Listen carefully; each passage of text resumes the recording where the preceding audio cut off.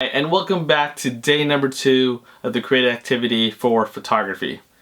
And today what we're going to talk about, we're going to be talking about camera gear. We're going to talk about the different types of camera gear, the pros and cons of each type, any gears that may be something that you're looking into. We're going to talk about the different types of lenses that you might want to purchase, the different type of accessories such as flash and off-camera flash units and all that stuff. And we'll also get into more detail about some of the subjects throughout this lesson. So sit back, relax, and we'll get this lesson started. Alright, so one of the first things that I want to address today is that as you're watching this, you may or may not have access to a DSLR, a point and shoot, or even a mobile phone. So what I want to tell you is whatever camera you have is the best camera. The best camera is the one that's always with you. So it could be a film camera, it can be a Polaroid. There is a ton of different varieties out there. So whatever you have, some of the things that I'm teaching you may apply or may not apply, but take it as you wish. And if there are topics in these lessons that I'm not covering, feel free to check it out on the internet and see what it is, or find a way to reach out to fellow photographers. At the very end, I'll include some ways you can get a hold of me and ask me some questions, and hopefully help you further your path in photography. But with that said, where I want to begin today is I want to talk to you guys about the different types of cameras that I use as a professional photographer. And so right here on the desk that we have is some cameras. So let's take a look at some of them. Alright, so let's take a look at some of these cameras. So I'm going to start with my primary camera that I use a lot as a professional photographer. And that is a digital SLR, basically a digital single lens reflex camera, and this happens to be a Canon 5D Mark II, which is a really old camera, and usually the elements of this camera is the camera body, which is this part, and a lens component. As you can see, I'm going to remove the lens, and you can kind of see the body of the lens. So what you see here is this is the bulk of it. This is the brain and the heart of the camera that you can see. So inside this, you can see that there is a mirror and the shutter actuator, or the curtain that actually does it, and then there's a mirror in there. And those are the things that make this camera work. And this is also known as a full frame camera, which is basically equivalent to a 35mm film camera, and allows you to get a larger dynamic range in the types of photographs and the colors that you capture. And basically dynamic range allows you to get a lot of detail in your shadow and your highlights that you wouldn't get in, for example, a crop sensor. And the difference between a crop sensor and a full frame is, like I said, equivalent to a 35mm, whereas a crop sensor is a lot more smaller. And so with a crop sensor, there's usually a crop factor, and that crop factor comes into play when you're purchasing lenses. So so with the full frame, a 50mm is purely a 50mm, but with a crop sensor, a 50mm, dependent on the type of crop sensor you have, might have a multiplier of 1.5. So the 50mm is most likely going to be a lot longer in that length. So it's going to be, I think, let me double check the calculations for that, but it's going to be about, I think, 75. I could be totally wrong on that. So let's go 50 times 1.5. Yeah, 75mm on a crop sensor. So that is what's going to happen. You do have abilities to change the lenses, so that's one of the beauties of a DSLR. You can purchase different types of lenses to go on this. I just happen to have a 50mm 1.8, and if you remember from yesterday's lesson, you'll understand what I said, what I mean by when I say f1.8. It just allows for all of that to happen. And it also has dials that you can change, and we'll go more into this detail a little bit later in this lesson. So we're going to move on from a DSLR to another camera that I use a lot, and that is a point and shoot camera. Now this is a little bit more advanced than what you might find in most places. The point and shoot camera, it is what it sounds like. You literally can point and you photograph it, and you basically point it and you shoot. The beauty of this is that it's compact, it's easy, you can fit it in your pocket. It's easy to transport, you don't really need too much. Like I said, this one's a little bit more advanced, so this allows me to have the same capabilities as a DSLR, but in just a more compact format. And also, some cameras also have a swivel screen, which comes in handy, especially when you're taking like lower shots to the ground, or you're going to take higher shots. That definitely helps a lot. And these usually are definitely a lot more inexpensive than a DSLR. So those are things to kind of consider when you're doing it. Again, this provides me the ability to have a higher dynamic range, a little bit more flexibility on changing some settings, you know, and just having that flexibility that we all are looking for in cameras. So that is a point and shoot. This was a lot more popular about a decade ago. But you know, it's another option than if you don't want to carry a DSLR, because I can tell you that carrying a DSLR on your backpack, like for example when I am photographing for Hobie WLC, it can weigh a lot, and so something like this is powerful and compact is something that could work really well. And we'll talk about cons and pros about each of these after we talk about each of one of these lenses. So the last one that I use a lot, that a lot of you might be using these days, is your cellular phone. I happen to have a Apple iPhone 11 Pro, so I have a little bit more capabilities. So this has 3 lenses. It has a wide, an ultra, and just kind of a normal lens. And this has the ability that provides me even more mobility than a point and shoot. Like this one really fits in your pocket. It's always with you, and you can almost instantly share, you know, the photographs that you take and edit on this phone. Versus like on these things, you have to use like either another external processor such as a computer or even your phone to connect so you can edit.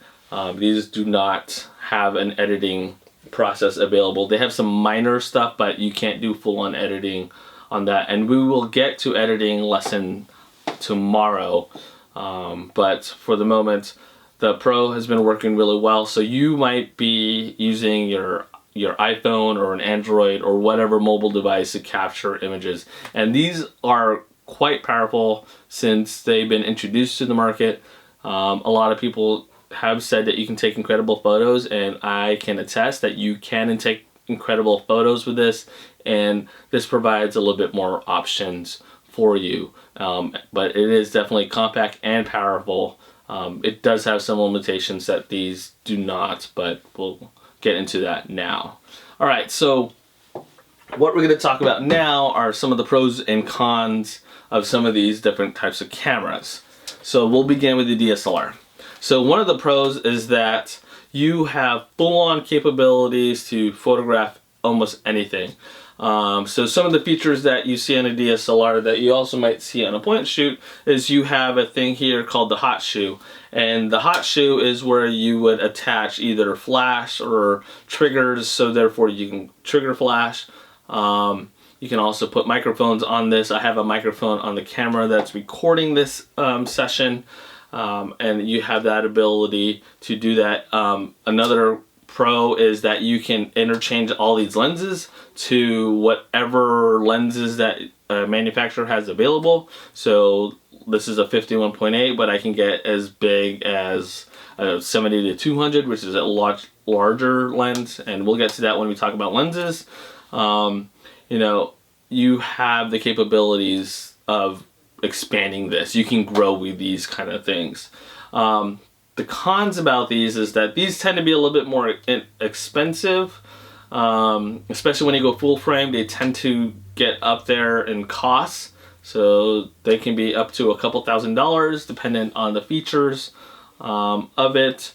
You know, these tend to be heavy, especially when you carry them in a backpack with different lenses. It gets a lot more heavy, so you can't really do much with these. It does limit your mobility, and you can't fit this in your pocket, so you have to have a backpack or something of some way to transport it.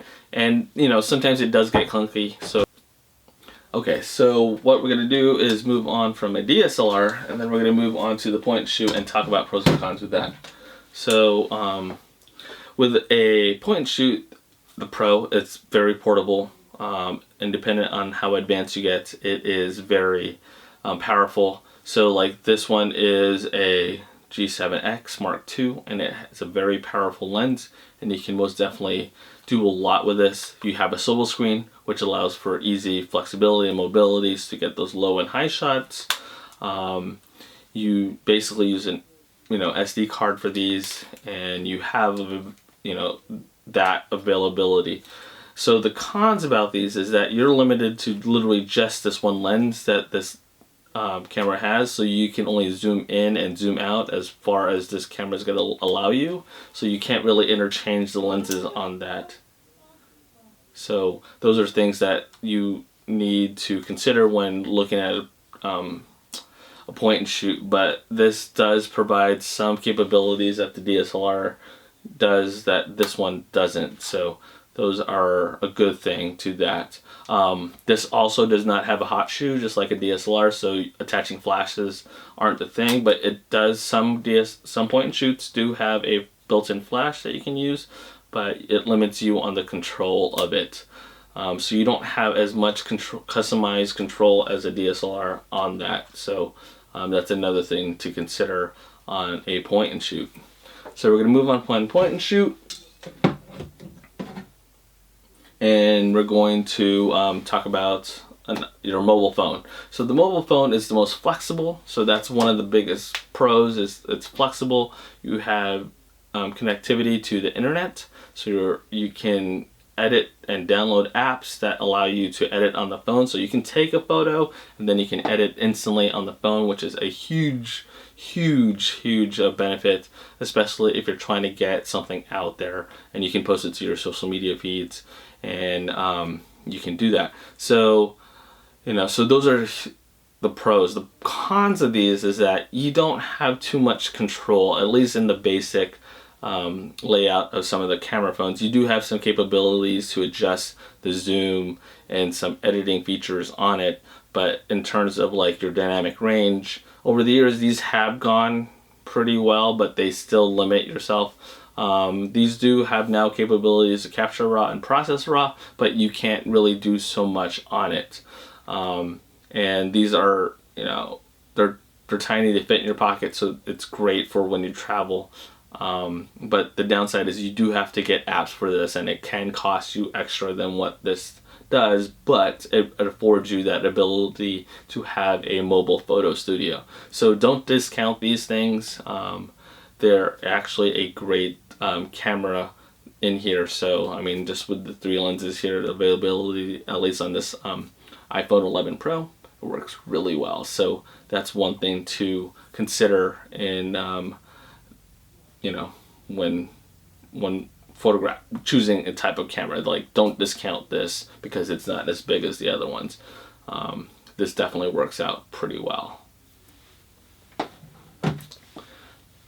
Alright, so now we've talked about the types of cameras, and now I want to take this opportunity to talk about the different types of lenses. So we're going to talk about that next.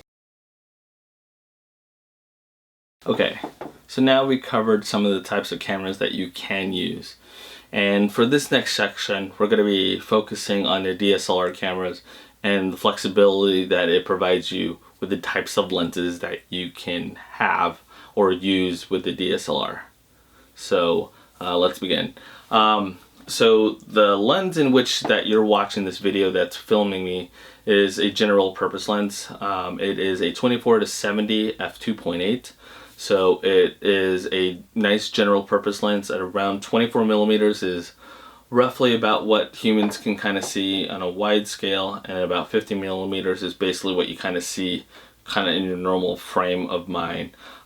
So most cameras come with a general lens. So if you most likely buy a kit camera, like a lower DSLR, like a beginning purchase, you'll most likely get an 18 to 55 millimeter, and that's generally the same time frame with that. So it's an 18 to 55 with a f-stop of 3.5. So that's usually what you find with most digital cameras when you first purchase it. But then here comes the fun part, which is the flexibility of it. So like I said, that lens that is on the camera that's filming me right now is a 24 to 70. But there are more specialized lenses that you can use. So one of the first lenses that I want to talk to you guys about is a wide angle. So what I'm going to do right now is I'm going to stop the footage, and I'm going to switch it to a wide angle, so therefore you can kind of see how different it is. So this is a 24 to 70 general lens, like I said, but now we're going to switch it to a wide angle, and you can see the huge difference.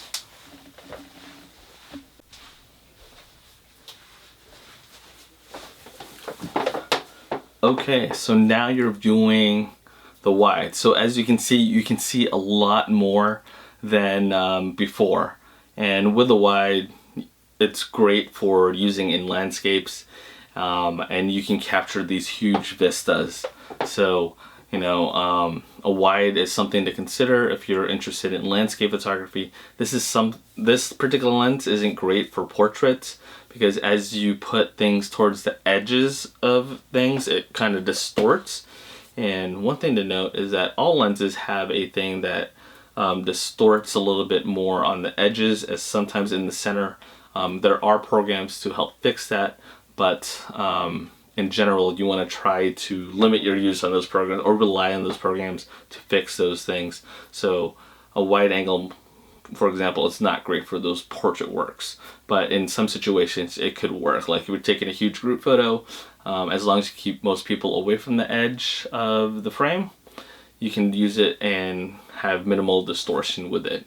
So we're gonna switch back to the general lens, and so you can get that. Oh, and speaking of the general lens, I know I couldn't show you, but I was talking about it. So this is the general 24 to 70. It is a general purpose lens, so this particular one happens to go out of this element and goes in and all that. So the sizes and the weights of these have definitely changed. This one's definitely heavier than that. There's definitely a lot more glass in here than the wide angle. So, but yeah, so that's the general purpose lens that I've been using to film. So we're gonna switch back to that after this segment.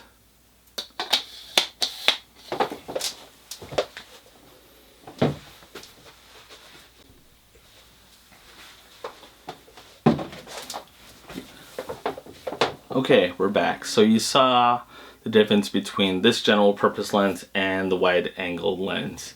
As you can see, the variance is huge between the two, but this one's a lot more better for filming versus that wide. So, all right, so we're gonna quickly move on to the next lens, and these ones are a little bit more difficult to kind of use and see, but this particular lens is a macro lens. This allows you to take small objects and multiply it into almost life size. So the best example of it is taking photographs of flowers. Like if I was to try to take a photograph of the flower with the lens that's on the camera, I would not be able to get as much detail. Whereas if I use a macro lens like this, I can magnify that to a 1:1 scale and allow to see those little details. Like basically think of this like a microscope. It's a very specialized lens. And you know, if you're using for, you know, landscape like flowers, or if you're interested in miniatures, this is a great lens. Even though this is a macro lens, it also can be used in portrait work. You just have to be a little bit more careful, because the depth of field on this is pretty narrow in some especially when you go to f2.8. The depth of field is definitely narrow, and you have to be really careful with it. But it's a fun lens to use, and it's something to consider, especially if you're into nature and all that. So it's a specialized lens. You don't generally find this in a lot of lens collections, but it's something to consider. So moving on, talking about portraits. This is an 85mm lens. It's a prime lens, and basically what a prime lens is, it doesn't allow you to zoom in and out. You have to zoom in and out, you actually have to walk closer or further away from your subject. So this one has a fixed focal length. So this is 85, so this is going to zoom in a lot more than even the lens that this is on. But what this lens has that the other lenses has, this has less elements, but therefore these tend to generally be a lot more sharper and produce a lot more wonderful like blur in the background. So in some photography circles we call it's just like butter, and basically it makes that background look really good. So if you're taking these with portraits, your subject stands out, your background just basically helps support that subject. So a prime lens like an 85 or a 50 is great, and this one's a 1.8. The one thing to note when you turn in terms of aperture, the larger the aperture availability on the lens, the more expensive it tends to get. So they do make an 85 1.2, and that's a pretty expensive lens. So and I don't really have a use for 1.2, so a 1.8 works really well. So the next lens I want to talk to you about, I did mention that I specialize in architecture photography, so I use a very specialized lens that is not found in a lot of lens collections. But if you are an architectural photographer, a tilt shift lens, which is what this is a must-have. This definitely helps you to get rid of some of the distortion and the barrel distortion on lenses, and this keeps your verticals and horizontals perfectly straight. So with other lenses you kind of get that barrel distortion. So the best way to look at it is if you're looking at a very tall building, you're expecting that the lens are going to be up and down, but when you look at your camera they actually kind of converge into one, and so that's kind of like the barrel distortion, whereas this tilt shift lens fixes that. So what it actually has, it has a tilt, so as you can see it moves front and back excuse me, but then it also has a shift, so the element moves up and down, so you can actually see it move up and down, and so that allows you to fix the distortion in your from the camera lens, and fixes all those horizontals and verticals. So this is a very specialized lens that most likely you won't be using a lot, but if you do architectural work, this is definitely a wonderful lens to have. This is a 24mm tilt shift lens. And the last one I want to show you is the big one. So I was talking to you about a 70 to 200mm. This is the 70 to 200mm lens. This is a telephoto, super telephoto. So this one you can zoom in really close to objects that are really far. Excuse me. So like if you're taking flower shots or things that are far, like an airplane, or even, like recently what's happening in the world, just like a comment or even just like a star, you can zoom in with this. This is a really nice portrait lens as well, because it is an f2.8, so it takes great portraits as well. But the one thing that this has that another thing that you might want to consider when purchasing lenses, this has a extender attached to it. And basically all an extender is, it does, at least for this one, it doubles the focal length of these lenses, and most extenders are really good at doing that. And the tip with that is you want to keep your extenders the same company that your lens is associated with. So this is a Canon extender and this is a Canon lens, so you want to use that. But this gives you a little bit more reach. But when you use extender, you do lose about a stop of light. So this is a 2.8 just by itself, but when you put the extender, it becomes a 5.6. So you do lose a little bit more. But the beauty of it is that this is a really compact thing. It just attaches to the back end of it, and then voila, you have 2 times more reach. But you do lose that a little bit on the aperture. So if you're trying to keep 2.8s, you just photograph this with alone, but with this it goes to 5.6. So those are some of the lenses that you can possibly have available as you have a DSLR. So these things work well with the DSLR, whereas they don't work well in a point and shoot or an iPhone. So those are the basic limitations, but those are kind of lenses to consider, and they do get expensive and cost-wise on all that. So, but yeah, that covers most of the lenses available on the DSLR for you to consider. So what I want to talk to you next are just some additional accessories such as flash units and wireless flash triggers. And we're just going to quickly talk about those in this next segment. Alright, so now we're going to talk a little bit about some flash units. So traditionally these are flash units that you would attach to the hot shoe of a camera, and you can most likely trigger them. Let's see if this one works. So let's make sure it's a little bit low. So yeah, so it triggers maybe it's not ready. Basically these will be triggered when you take a photograph, and I think it's ready. So see how fast that is. You can trigger these flashes. It usually happens when you push the shutter and you take a picture with it. And these are great accessories to have. This provides you additional light that you may not get. So when you're taking portraits and you need to light it up, this is a great accessory to have. So you can either have this on camera or on a stand and trigger it remotely. And the way you trigger things remotely like that is you have to have a flash controller simple like this. And so you put this on top of your camera, and instead of putting the flash unit on the top of the camera, you put this unit, and it controls these flashes wirelessly.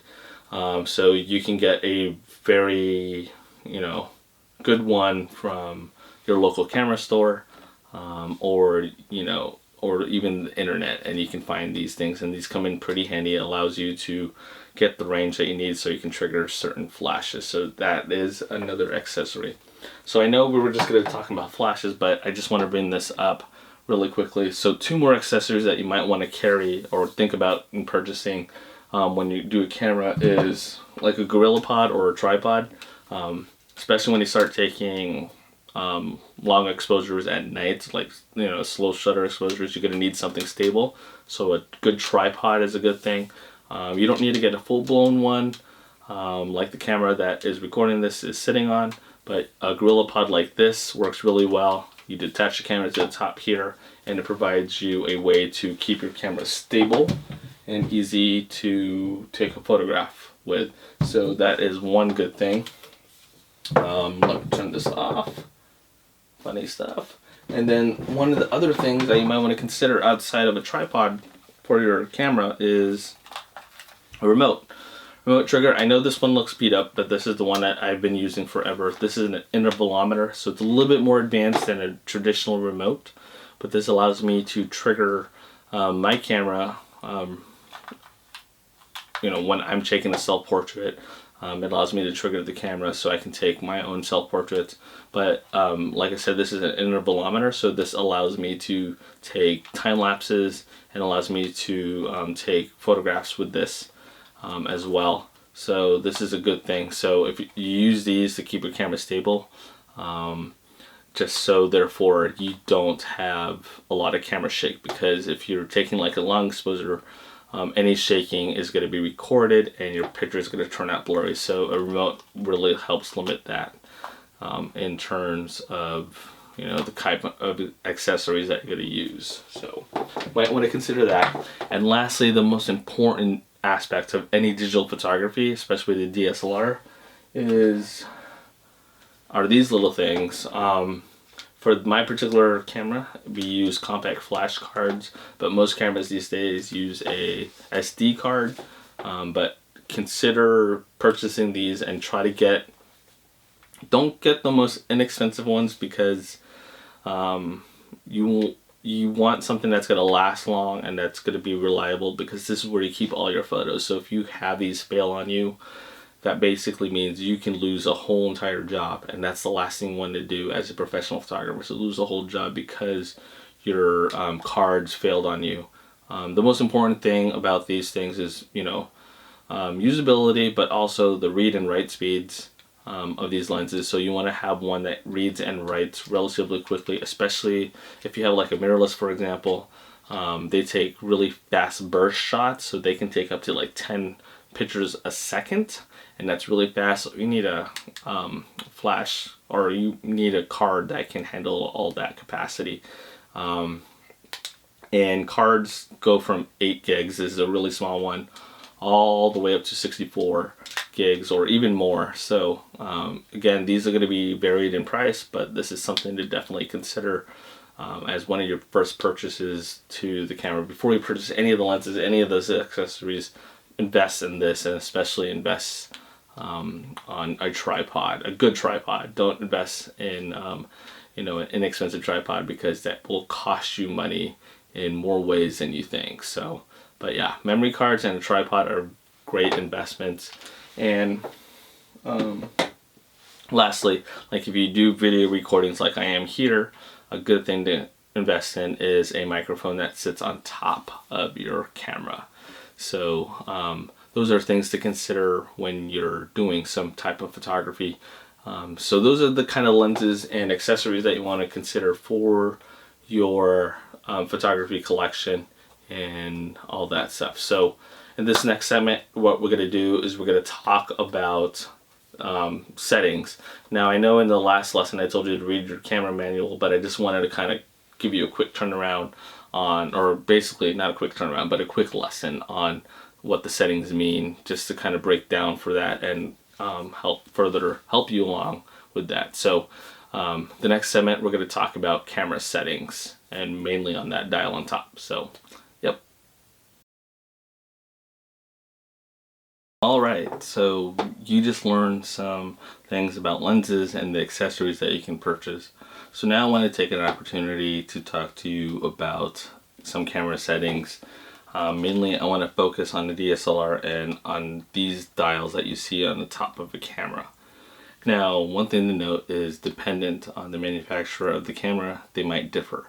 So this applies mainly to a Canon lens right now, because that's what I use, but in general, look at the manual to get the different types of settings that are on your camera. So let's begin. So most cameras have a auto feature, and that's usually distinguished by a green mark on the top. It's usually a rectangle on that. So basically what that does is that it basically tells the camera, all right, you're in charge, you decide ISO, your shutter, your aperture, and basically you tell the camera what you want the exposure to be. Do you want it to be perfectly exposed, or underexposed, or overexposed?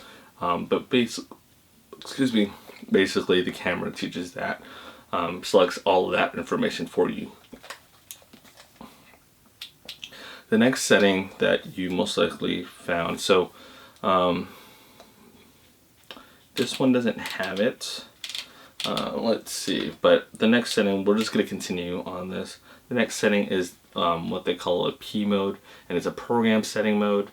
And on the program setting mode, it does the same thing as auto, but you have the flexibility, at least in this case, on a file format. And we have yet to talk about file formats. We'll get to that in this next segment after this. In the file format, you get a option between a JPEG or a RAW file, and you can do that with a P setting. Basically, it's just like an auto setting, but with more file options available. So as we move on here, at least with a Canon, you get a TV mode, and a TV mode means a time value. So therefore, this one you determine which time. So your shutter speed, you set your shutter speed, and the camera will determine your ISO and your aperture based off of the exposure and the shutter speed that you select. So that is another option. The next one is AB, which is your aperture value. So you set your aperture value and your exposure, and the camera determines your ISO as well as your shutter on that one. So the next setting after that is the manual setting. So the manual setting is now you are in control, and this is a setting that I photograph a lot in, and you are in control. So you set your ISO, your aperture, and your shutter speed and your exposure on all of that. So you determine all of those settings on that, and that's where I want you guys to go. That's the goal if you have a DSLR, to shoot in manual, because you have full control of what your photographs can look like. The next setting after this is a bulb setting. So remember when I was talking about shutter speed in the first lesson, I mentioned a bulb setting. So this one allows you to take long exposure. So, with the remote, you attach it to the camera, and then you can put a hold on that remote, and with that hold, you can take a long exposure. So this comes in pretty handy when you're trying to make star trails, and you can take a very long exposure. So I said that most cameras, like this camera, has a max of 30 seconds, but with a bulb mode, you can take for as long as you want. I did take a 20-minute exposure one time with this camera. The thing to note when you use DSLRs and you do the bulb is that the sensors do get warm.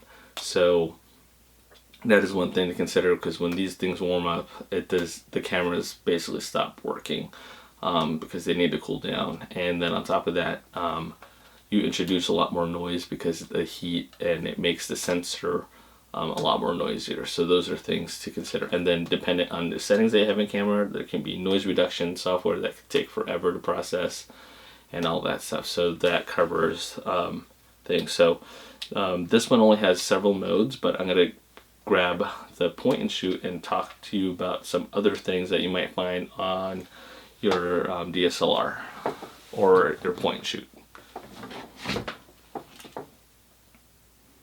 Okay, maybe this one doesn't have it, so I'm going to forego showing you that, but I'll just tell you that on some DSLRs they do have modes that are more automatic, and that are usually symbols that kind of show a sports, a mountain, a portrait, and shady symbols, and hopefully you'll be seeing them on the side. But basically what those are, they kind of indicate the different types of modes, and they kind of give you suggestions for what type of photographs there are in that. So those are other modes that you might find on a DSLR, and they vary. Again, those symbols vary based on the brand that you photograph with.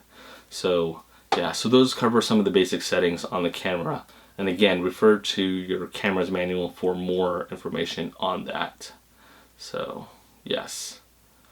Alright, so what we're going to do now is I'm just going to quickly talk about the file formats that most likely you'll have on your camera and DSLR. So we'll talk about that next. Alright, so one of the things to consider also, or one of the things to note with cameras, especially DSLRs, is that they have file formats. By default, most cameras take photographs in two types of file formats, and that is a JPEG file and what we in the photography industry call a RAW file. And the main difference between a JPEG and a RAW file is the amount of information that is stored on each file type. So a JPEG is a file that basically takes the image but only keeps what it needs. And basically it keeps what it needs, and all the rest of the image that it doesn't need, it throws it away. So therefore you get that image, but your file size is a lot smaller. Whereas in a RAW file, it keeps everything about that image. So you take a picture, it's going to look exactly the same as a JPEG, but what that has is that has all the information embedded in it. So it keeps all of that. So that comes into play when we talk about editing, which we'll do tomorrow. It will keep all that information and allows you to have the flexibility of that, and you can change things later. Whereas in a JPEG, it's already baked in, and you have minimal things to change in there. So you're minimized with that. But with a RAW file, you can have a larger file because it keeps all the data. These files are going to most likely be full, about 10 times as big as a JPEG file. And so if you don't have the storage space for that, like in your memory card or even in your hard drive or the computer, it can take a lot of room.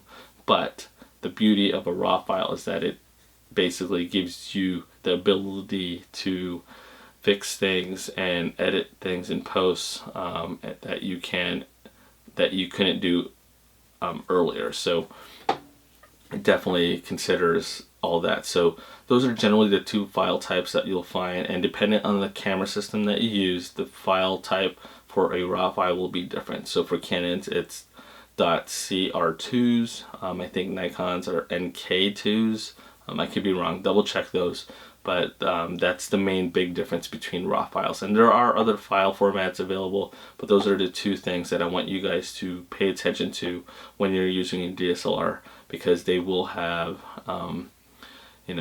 an outcome that will affect your photography.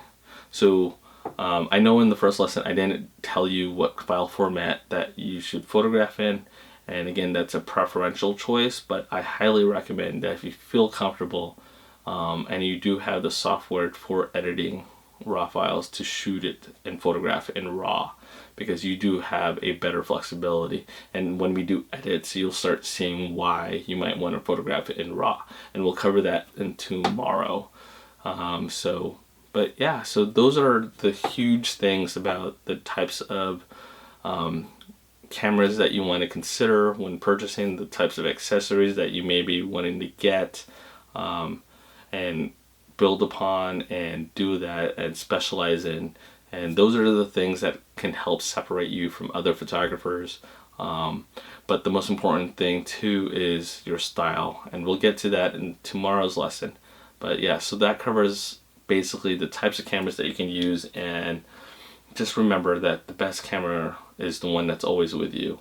So if it's a point and shoot, if it's a DSLR, if it's an iPhone or another type of phone, a mobile phone, that's the best camera to use, because you do have the capabilities to do things with it. So I hope today's lesson definitely helped you. So what I want you to do, depending on the phone that you have, is, try to photograph some things using your availability. So what if you have a lens? Try to just go out and photograph with it, and if you can, just play with it a little bit, see what type of lightings and settings. So this particular assignment is a free assignment. I want you to go experiment and play more based off of the lessons that you learned yesterday and the basics part.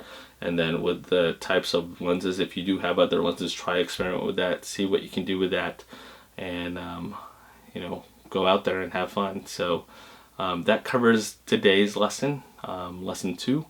And so we will continue again tomorrow. And I think tomorrow what we'll have is we'll do a mini photo shoot, and I'll kind of talk about how I set things up. And then from there, we'll take that the photos that we photograph on that shoot, and we will edit, and we'll talk about the editing process and the importance of why you might want to edit your photos and how you can stylize things and all that stuff. So that's going to be a lot of things to look forward to tomorrow. So yes, so thank you very much, and I will see you all tomorrow.